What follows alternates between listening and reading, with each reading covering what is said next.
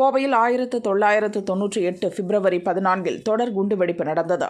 காந்திபுரம் அரசு மருத்துவமனை, டவுன்ஹால், ஆர்எஸ்புரம் உள்ளிட்ட 18க்கும் மேற்பட்ட இடங்களில் குண்டு வெடித்தது.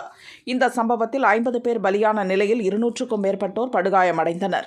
இந்த குண்டுவெடிப்பை நிகழ்த்தியது அல்-உம்மா அமைப்பைச் சேர்ந்தவர்கள் என போலீசார் கண்டுபிடித்தனர். அந்த அமைப்பின் தலைவர் பாஷா, செயலாளர் அன்சாரி உள்ளிட்ட 160க்கும் மேற்பட்டோர் கைது செய்யப்பட்டனர். அல்-உம்மா அமைப்பு தடை செய்யப்பட்டது. குண்டுவெடிப்புக்கு மூளையாக செயல்பட்ட பாஷா உட்பட 30 பேருக்கு ஆயுள் தண்டனை விதிக்கப்பட்டது. 25 ஆண்டுகளாக சிறையில் இருந்த பாஷா கடந்த ஏப்ரல் 18 பரோலில் வந்தார். இருதய கோளாறு, நுரையீரல் தொற்று உள்ளிட்ட பிரச்சினைகளால் தனியார் ஹாஸ்பிட்டலில் பாஷா அட்மிட் செய்யப்பட்டார். சிகிச்சை முடிந்து வீட்டில் ஓய்வெடுத்த அவருக்கு மீண்டும் உடல்நலக்குறைவு ஏற்பட்டது. ஞாயிற்றுக்கிழமை கோவை பீளமேட்டில் உள்ள தனியார் ஹாஸ்பிட்டலில் சேர்க்கப்பட்டார். அங்கு சிகிச்சை பலனின்றி திங்களன்று பாஷா இறந்தார். அவருக்கு வயது 72. உக்கடம் ரோஸ் கார்டன் பகுதியில் உள்ள அவரது மகன் இல்லத்தில் பாஷா உடல் வைக்கப்பட்டுள்ளது.